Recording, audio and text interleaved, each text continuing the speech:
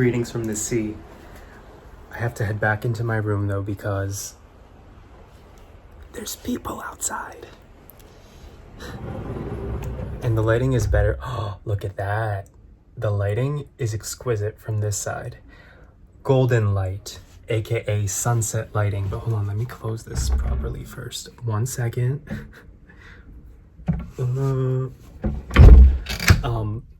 I would love to have filmed this entire video from the balcony of my, I guess it's called a stateroom when you're in a room on a cruise. But the people next door are on their balcony, and I'm going to talk about gay stuff, so I don't want them to listen. But I wanted to prove that I'm actually on a cruise because some of you naysayers, let me sit.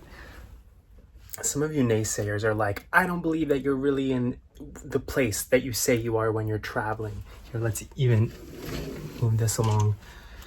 Because sometimes I just show video footage and photos, but I'm not in it. So people, I guess, think I'm like fetching these photos from Google.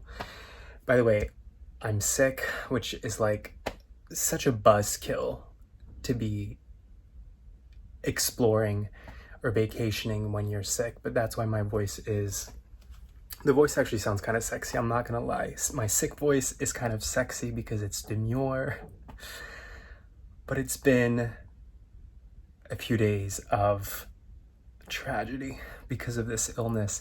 Anyway, I'm on a cruise because it's actually a work trip, which is cool because that means I didn't have to pay for anything, but I'm technically working.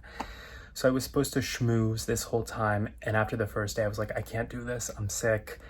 Also, there's something about being sick on a cruise, it's like being sick on a plane, you know, where you're just very self-conscious because you never know how people are gonna act, like, oh my god, what if he has COVID and he gets us all sick kind of thing. So I've just been laying low, spending a lot of time in the room, resting.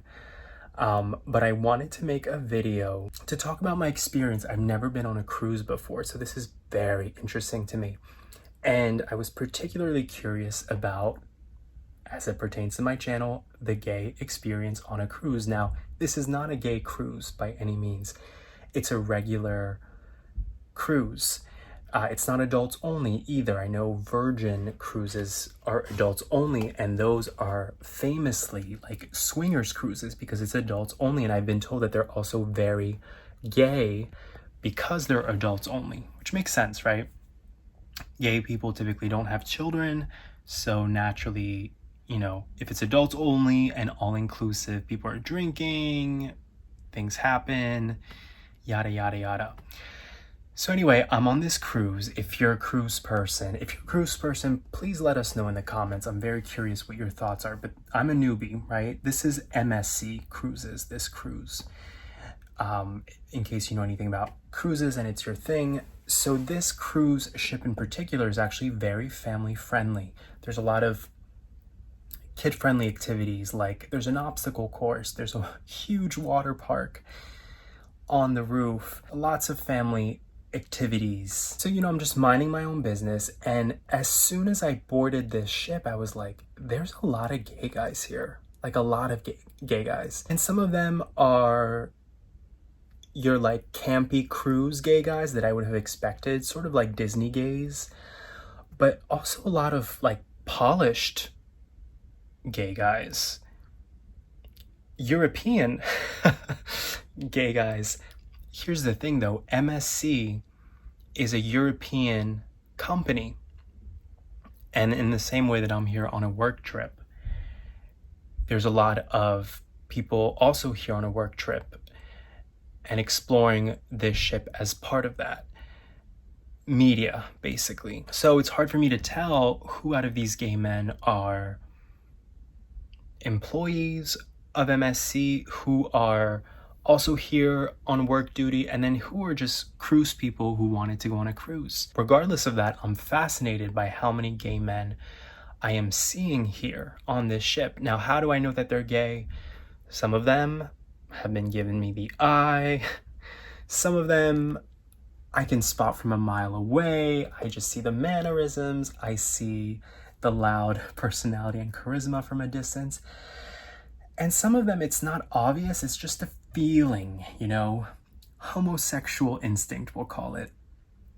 But what really gives it away is when there's that doubt and my instinct is telling me that person feels gay, and then sure enough, another one comes right next to that person, and then another, and you realize it's a whole gay posse. So I am finding this quite fascinating that gay men are drawn to cruises, apparently, and if nothing else, to cruise culture, even if they're here on work duty or they work for the ship line. I'm like, something about cruises, I guess, is making a magnetic pull for gay men. If you have context on this, please let me know. Is this a worldwide thing that gay men are always on cruises? And how ironic, by the way, the term cruising is a gay lingo thing, and then here we are literally cruising across the ocean. Although when I think of the premise of a cruise, it does actually sound like something that would be appealing to gay men. I mean, gay men tend to have more of a disposable income because typically they don't have kids, so that lends itself to travel. And cruises typically have this all-inclusive package where you hop on and you drink like a fish if you want to, you eat like a slob if you want to, you know, the buffet, the iconic cruise buffet. It's basically a hotel at sea that makes its way at several stops. So when I think about it, I'm like, I guess to the average gay man who has a disposable income, maybe a cruise actually makes sense, that it would be appealing to gay men. So although I'm sick and have had zero intention of even talking to people, because you know when you're sick and like it just hurts to talk, I don't even want to have a conversation. I've been spending so much time in my room, other than like the pool and going to the work stuff that I needed to go to and just exploring the ship. I've been laying low. But of course I was curious, so I opened grindr, and sure enough, beep, beep, beep, the messages start coming through. The gays are hungry. The gays are hungry, they are thirsty, they are all the things. And again, these cruises have unlimited booze. So can you imagine? All these homosexuals are drunk as a skunk. Of course, they're going on the grindr and hitting up the guy next door, the guy down the hall, the guy upstairs, the guy downstairs. I just find this fascinating. Never been on a cruise, and I'm learning the ways. I'm learning the ways of the sailors at sea. If you've ever been on a cruise, or if it's your thing, if you're a cruise person, please share with me in the comments. I'm so curious about this whole cruise culture thing. Will I go on another cruise? I'm not sure. I don't know that this is for me. I have to say this experience is better than I thought it would be. There were more food options than I thought there would be. There were more amenities than I thought there would be, but I don't know that I would go on another cruise. I just don't think I'm made for it, in the same way that, you know, some people are Disney people, they love it, they get excited about it. Some people love Vegas. I'm just not that person. And even though this has been a relatively short cruise, it's only been like a 3-day, I guess it's a long weekend cruise, so they have short cruises. You don't have to be at sea for like weeks. But I have felt confined a few times, and it's like that saying, you're gonna go down with this ship. Like, if this ship goes down, you're going down with it. There's nowhere for you to escape to. You're on this ship. Also, just the motion thing. There's been a few times where I was like, ooh, you know, a little shaky, feeling the vertigo, and I guess some people just don't feel it. I've never been seasick, but having a room on the edge of the boat, meaning I have a view of the ocean, I guess that's the shakier part of the boat, and it's jarring. Like the first night we were in transit, I could feel my bed vibrating while I was trying to sleep, and I'm like, people sleep through this? Like, what? So to each his own. Let me know what you think in the comments.